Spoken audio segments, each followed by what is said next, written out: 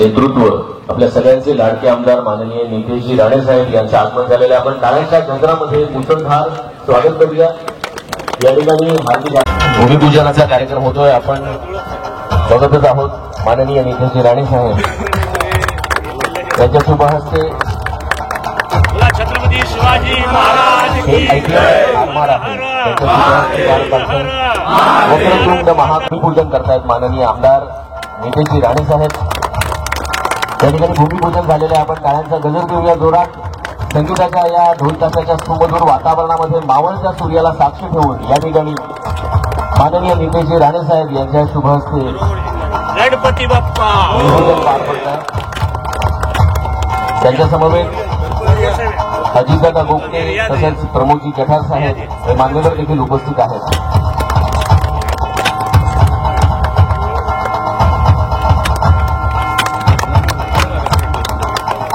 साहेब अजितदादा गोगटे आणि प्रमोदजी जठार या प्रमुख मान्यवरांच्या उपस्थितीमध्ये या ठिकाणी कोनशिला अनावरण होतोय। छत्रपती शिवाजी महाराज यांची आरमार सृष्टी उभारणे या ऐतिहासिक सोहळ्याचे आपण सर्वजण साक्षीदार होतोय आणि काही कालावधीतच या ठिकाणी हे बदललेलं रूप आपल्याला नजरेला पडेल। मी विनंती करतो यानंतर दीप प्रज्वलन करण्यासाठी माननीय नितेशजी राणे साहेब, अजितदादा गोगटे सर तसंच प्रमोदजी जठार, अजयकुमार सर्वगौड, माननीय विद्यमान सरदार रघुनाथराव धुळप यांच्या समावेश सर्वच मान्यवर या ठिकाणी दीप प्रज्वलनासाठी आलेले आहेत। तमसोमा ज्योतिर्गमय, अंधाराकडून प्रकाशाकडे जाणे, प्रगतीचा दीप लावणे आणि आपल्या अंतःकरणामध्ये हा स्नेहाचा, मैत्रीचा, प्रगतीचा दीप आपण लावूया असा संदेश दिल्यानंतर मी मान्यवरांना प्रत्यक्षदर्शी ज्या छत्रपती शिवाजी महाराजांनी या ठिकाणी गडकिल्ले बांधले आणि त्या गडकिल्ल्यांचं संवर्धन छत्रपती शिवाजी महाराजांनंतर कान्होजी आंग्रे साहेबांनी केलं। ते इथले किल्लेदार होते। त्याच्यानंतरच ते ही सगळी धुळप फॅमिलीकडे ही सगळी लेगसी आली आणि त्या धुळप फॅमिलीतले 8वे वंशज आपल्या सोबत आहेत। त्यांचा आशीर्वाद आपल्याला आहे।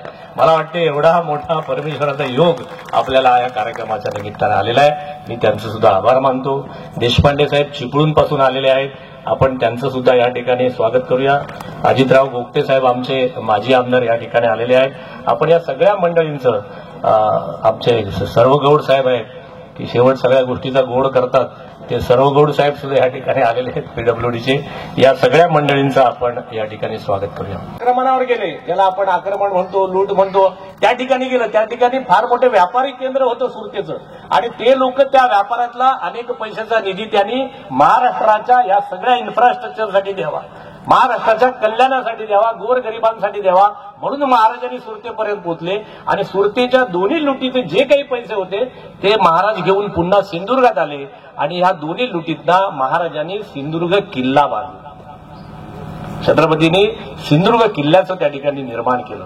अशा प्रकारचं गड कोट या ठिकाणी बांधण्याचं काम छत्रपती या ठिकाणच्या आरमाराचं त्या प्रकारे कशा प्रकारे बांधलं जायचं, ती गलबत कशी होती, त्या होड्या कशा होत्या, त्या लढाई कशा व्हायच्या, ते गलबत कशी बुडवली जायची, ब्रिटिश या ठिकाणी कशी कशी नवीन गलबत घेऊन उतरायची। कारण ब्रिटिश आणि ही मंडळी जी युरोपियन मंडळी होती ती विज्ञान आणि तंत्रज्ञानावर आधारित होती, त्यामुळे त्यांच्या माध्यमातून अनेक इनोव्हेटिव्ह गोष्टी येत होत्या। ह्या सगळ्या गोष्टी महाराज शिकत होते, कान्होजी आंग्रे आणि त्यांच्या इतर मंडळींनी ते सांगत होते आणि अशा प्रकारे गलबत बनवण्याचा आरमाराचा पहिला कारखाना जर या हिंदुस्थानात बांधला गेला असेल तर तो विजयदुर्गच्या आपल्या खाडीत गेला, म्हणून छत्रपतींना आरमाराचे जनक म्हणतात। फादर ऑफ द नेव्हल ज्याला आपण म्हणतो, म्हणून आपण जो मालवणला कार्यक्रम केला फादर ऑफ द नेव्हल म्हणून या ठिकाणी केला। तर हे कसं केलं गेलं, आपल्या पुढच्या पिढीला या सगळ्या गोष्टी, हे सगळं ज्ञान हळूहळू संक्रमित करावं, त्यांच्यापर्यंत पोहोचावा, महाराजांचा इतिहास पोहोचावा, राजा भोजांचा इतिहास पोहोचावा, कान्होजी आंग्रे साहेबांचा इतिहास पोहोचावा। परवाच कान्होजी आंग्रेंचे पण वंशज रघुजी राजे आंग्रे जे आता अलिबागला राहतात, त्यांनी पण आपल्याला आशीर्वाद दिलाय। ते स्वतः इथे आले होते, त्यांनी पाहणी केली, ते खुश झाले। ते म्हटले प्रमोदजी आमचा पण तुम्हाला या कार्यक्रमाला आशीर्वाद आहे। त्यांनी पण त्याच्यामध्ये व्हॅल्यू ऍडिशन काय करता येईल ते सांगितलेलं आहे। साक्षात धुळप साहेब यांचं या किल्लेदार म्हणून यांच्या 8 वंशज या ठिकाणी आहेत, त्यांनी पण आशीर्वाद दिलेला आहे। आणि मग अशा माध्यमातून या ठिकाणी एक चांगलं स्मारक व्हावं, एक सृष्टी निर्माण व्हावी आणि हेलियम डेच्या निमित्ताने दरवर्षी या ठिकाणी होणारा कार्यक्रम पण या ठिकाणी व्हावा, या सगळ्या संकल्पनाने घेऊन आम्ही 2008 पासून प्रवास करत होतो. जागेचा शोध सुरू होता. आमचे गोखले साहेब या ठिकाणी आहेत, त्या बिचाऱ्यांनी स्वतःची जागा देऊ केली होती. अनेक मंडळींनी जागा देऊ, आमचा तिर्लोटकर या ठिकाणी असेल, त्याला अनेक मंडळींनी जागा देऊ केल्या, पण त्या जागा त्या घेण्याची काही व्यवस्था नव्हती. आणि एक दिवस आम्ही ही बाब जेव्हा माननीय रवींद्रजी चव्हाण पीडब्ल्यूडी मिनिस्टर यांच्या कानावर घातली की बाबांनो, आम्हाला अशा प्रकारचं आरमारची सृष्टी करायची आहे, पण जागा काही मिळत नाही आणि पीडब्ल्यूडीची असलेली जागा बंद अवस्थेत आहे, त्याचा उपयोग काही होत नाही. मला आपल्या पीडब्ल्यूडी मिनिस्टर रवींद्र चव्हाण यांचं कौतुक वाटतं. त्यांनी आमदार साहेब दुसऱ्या मिनिटात सांगितलं, प्रमोद, ही 2 एकर जागा तुमच्या आरमार सृष्टीला मी देऊन टाकली, कामाला सुरुवात करा. आता त्या ठिकाणी जागेची उपलब्धता झाली होती, निधीची उपलब्धतेची गरज होती. सिंधुरत्न समितीवरती योगायोगाने मी सदस्य म्हणून गेले होतो आणि आमच्या आमदार दीपकभाई केसरकरांना, शिक्षण मंत्र्यांना आम्ही ही सगळी गोष्ट आमच्या समितीच्या मीटिंगमध्ये सांगितली आणि त्या ठिकाणी तथास्तु म्हणावं तसं दीपकभाईंनी 4.5 कोटीची प्रशासकीय मंजुरी या कार्यक्रमाला देऊन टाकली. त्यामुळे या सृष्टीचं काम मार्गी लागायला सुरुवात झाली. मग आम्ही आमदार नितेशजी राणेंकडे सगळा प्रस्ताव घेऊन बसलो आणि मग त्यांनी इतर सगळ्या यंत्रणा हलवल्या.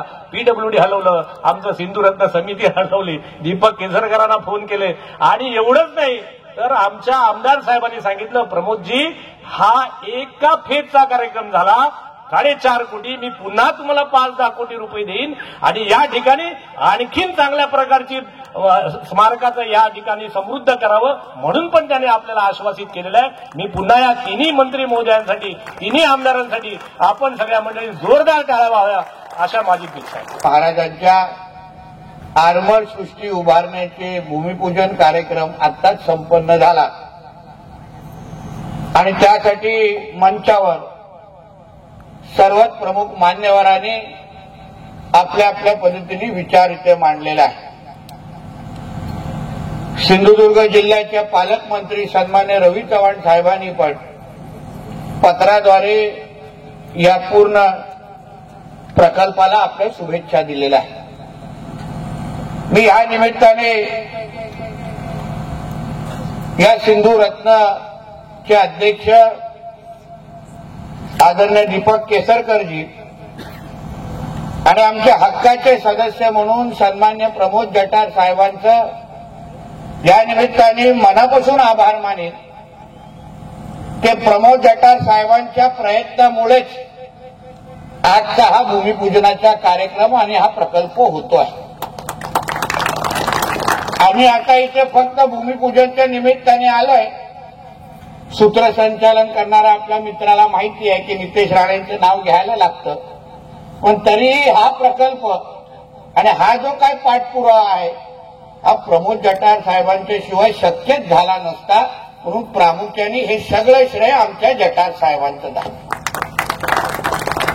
त्यांनी आपल्या सिंधू रत्न जी योजना आहे त्याचे अध्यक्ष आमचे दीपक केसरकर असले तरी आमचा माणूस म्हणून तिथे प्रमोद जठार साहेब असल्यामुळे आज हा प्रकल्प आमच्या विजयदुर्गमध्ये होतो आहे.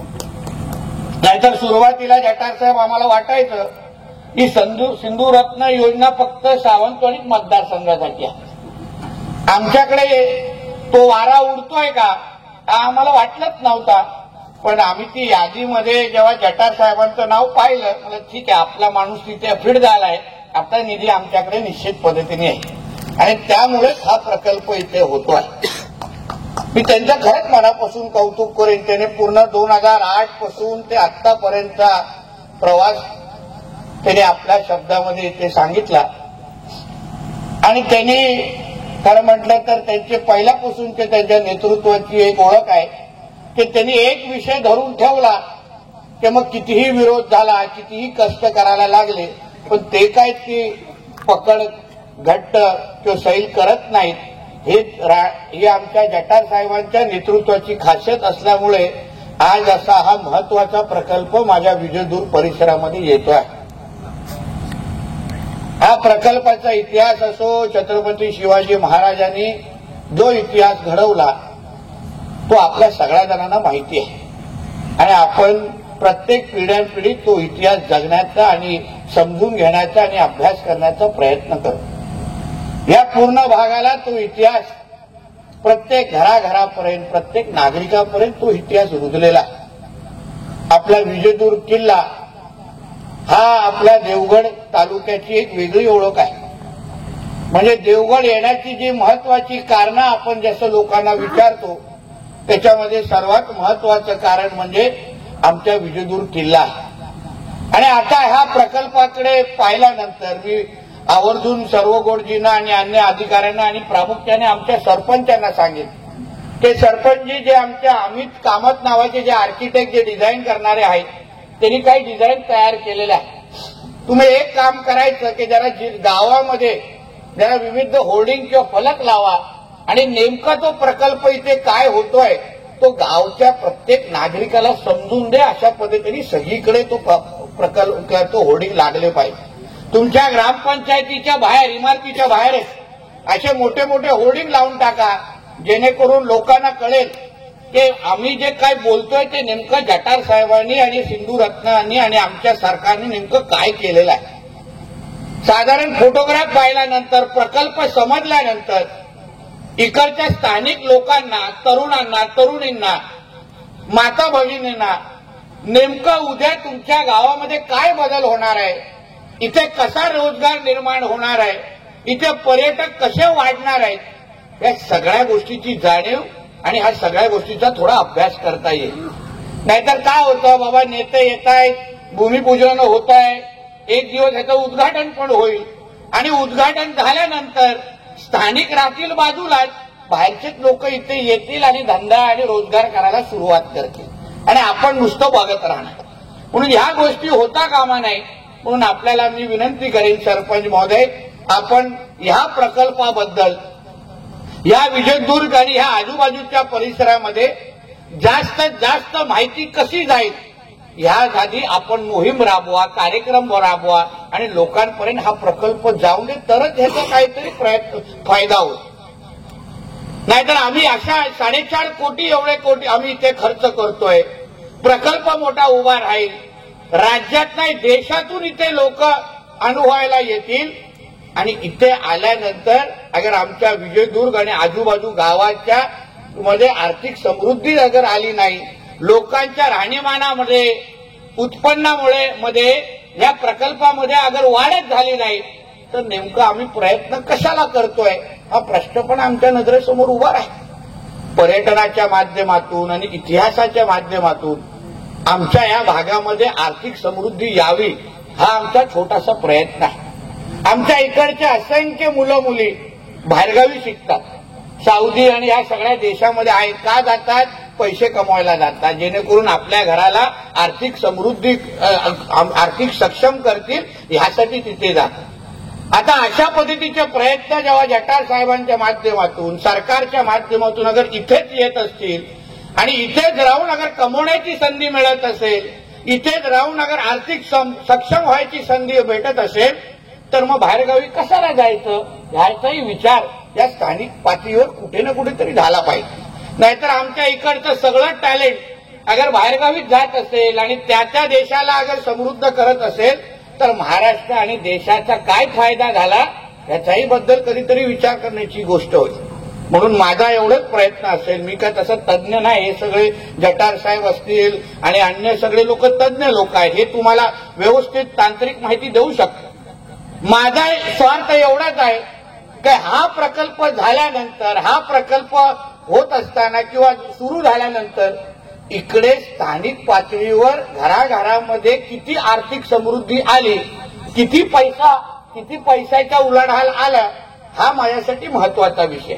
किती आमची सौदीमध्ये शिकणारी मुलं, किती आमची मुंबईमध्ये शिकणारी मुलं परत आपल्या गावाकडे येऊन इथे किती लोकांनी हॉटेल उघडले, इथे किती लोकांनी काहीतरी व्यवसाय सुरू केला हा माझ्यासाठी महत्वाचा विषय आणि त्यावर आपण लोकांनी काम करावं ही अपेक्षा मी या निमित्ताने व्यक्त करतो. तरच या सगळ्या प्रयत्नांना खऱ्या अर्थाने काहीतरी फायदा होईल असं मानणाऱ्यापैकी मी आहे. नाहीतर काय होतं, आम्ही प्रकल्प उभे करतो, एवढे करोडोनी निधी आणतो, एवढा आता विजयदुर्ग तळा रस्ता पण तयार होतोय, तोही चांगला मार्ग निघेल, आमच्या पडेलचे सरपंच भूषण पोकळे आणि आमची चर्चा सुरू आहे की पडेलकडे जटार साहेब त्यांनी मला वॉटर पार्कसाठी जागा दिलेली आहे. म्हणजे तुम्ही विचार करा, पुढे ही आरमार सृष्टी, तिथे वॉटर पार्क, तिथे विजयदुर्ग, म्हणजे हे तर म्हणजे पूर्ण स्वप्न नगरीत या भागात तयार होईल अशा पद्धतीची परिस्थिती इथे तयार होणार. पण या सगळ्या गोष्टी आम्ही कोणासाठी करतोय तर तुमच्यासाठी करतो. तुमच्याकडे आर्थिक समृद्धी आली पाहिजे, तुम्ही आर्थिक सक्षम झाला पाहिजे, आमच्या सिंधुदुर्गाचं दरडोई उत्पन्न वाढलं पाहिजे, या दृष्टिकोनातून केलेले प्रयत्न आहेत. ना सरपंच महोदय, तुम्ही गाव म्हणून बसा. जेव्हा तुमच्या गावामध्ये 4.5 कोटी एवढी निधी येते, ही निधी लहान नाही. इथे एवढे 4.5 कोटी जेव्हा तुमच्या गावामध्ये खर्च होतील तेव्हा तो पैसा दिसायला लागेल, विकास दिसायला लागेल आणि त्याचा फायदा अगर स्थानिक पातळीवर तुम्ही अगर घेऊ शकला नाही आणि ते झाल्यानंतर अगर आमच्याकडे निवेदनं आली की साहेब इथे बाहेरचे लोक येऊन धंदा करायला लागले, त्यांना हकलवा, मग तेव्हा आजचं भाषण मी मुद्दामून तुम्हा लोकांना आठवण करून देतो. कारण का आम्ही तुम्हाला अगोदरच बोललेलो की तुम्हाला जी साथ जे काय आम्ही प्रयत्न करतोय ते तुमच्यासाठी करतोय आणि तुम्हीच अगर त्या गोष्टीचा फायदा घेऊ शकला नाही तर आमचे जटार साहेब असतील, आमचे अन्य रवी चव्हाण साहेब असतील, आमचे दीपक केसरकरजी असतील, हे लोक जे प्रयत्न आपल्यासाठी करतायत त्याचा काही फायदा अगर पुढच्या पिढीला होत नसेल तर आपणही त्या निमित्ताने आपण काहीच करू शकलो नाही ह्याची भावना आपल्या आत्ताच्या पिढीमध्ये निश्चित पद्धतीने निर्माण होईल. म्हणून या निमित्ताने मी जास्त काय बोलणार नाही. परत पुढे अजून भूमिपूजनाचे कार्यक्रम आहे. जटार साहेब आणि हे सगळे लांबून सगळे आपले लोक, हक्काची लोक आलेले आहेत. सार्वजनिक बांधकामकडे हा विषय आणि आमचे सर्व गोड जिकडे आहे. म्हणजे क्वालिटीमध्ये तडजोड जटार साहेब होणार नाही एवढी शाश्वती मी तुम्हाला देऊ शकतो. आमचे सर्व गोड जी नावाप्रमाणे सर्व गोड आहेत पण कामामध्ये फार कडू आहेत एवढं मी तुम्हाला सांगू शकतो. कोणी काम केलं नाही तर त्याला कुठल्या भाषेमध्ये समजवायचं हे आमचे सर्व गोड असले तरी पण त्यांना चांगल्या पद्धतीने येतं याचा अनुभव मला या निश्चित पद्धतीने आहे. म्हणून आज निवडणुकीच्या एकदम अगोदर हा प्रकल्पाचं उद्घाटन केलं असले तरी 40 दिवसांनी परत आम्हीच येणार आहे आणि मीच आमदार आहे म्हणून त्याची काही चिंता नाही. इकडे तिकडे मतदान झालं तरी पण माझं काय मताधिक्य इथे काय कमी होत नाही. मी 19ला 29,000वर होतो, लोकसभेला 42,000वर गेलेलो आहे आणि आता तर मी 75 पेक्षा कमी बघणार नाही एवढं मला माहिती आहे. म्हणून इकडे तिकडे कुठेही मतदान गेलं तरी आमदार पण मीच असणार, मुख्यमंत्री पण माझाच असणार आणि पालकमंत्री पण माझ्याच विचाराचं असणार. म्हणून होणारे सगळ्या प्रकल्पांवर लक्ष पण हे आमचंच असणार एवढं फक्त सगळ्या जणांना लक्षात राहून दे एवढंच ह्या निमित्ताने सांगतो. परत एकदा माझ्या मतदारसंघामध्ये किंबहुना आम्ही तिघही इकडचे आमदार राहिलेलो आहे म्हणजे आपल्या हक्काच्या मतदारसंघामध्ये जटार साहेब तुम्ही एवढा विचार करून एवढा मोठा प्रकल्प आमच्या मतदारसंघामध्ये आपला विजयदुर्गमध्ये आणलात आणि पहिल्या टप्प्याचाच आणला, अजून दुसरा टप्पा बाकी आहे. मग अजून भरघोस निधी आपलं पुढचं येणारं सरकार निश्चित पद्धतीने देईल आणि कदाचित पुढचा येणारा मुख्यमंत्री हा भारतीय जनता पक्षाचाच असेल म्हणून त्याची तुम्ही चिंता करू नका. फक्त झाड हलवायचे आणि पैसे पाडायचे एवढंच फक्त या निमित्ताने होईल. फक्त तुम्ही अशाच पद्धतीने तुमच्या विकासाच्या दृष्टिकोनातून तुमचा जो दृष्टिकोन आहे तो निश्चित पद्धतीने आवडला. कारण का सिंधू रत्न या योजनेमध्ये केसरकर साहेब असते तरी पण हाच भाषण असतं, फरक पडला नसता. काही त्यांचे लोक असतील तर व्हिडिओ पाठवा त्यांच्याकडे. पण सिंधू रत्न योजनेमध्ये प्रामुख्याने पहिले काय चांगले काम झालं असतील जे दिसणारे असतील त्याच्यामध्ये आपला हा विजयदुर्गचा असेल आणि तो आमच्या जटार साहेबांमुळे आहे एवढा आम्हाला सार्थ अभिमान आहे. एवढंच या निमित्ताने सांगतो, इथेच थांबतो. जय हिंद, जय महाराष्ट्र.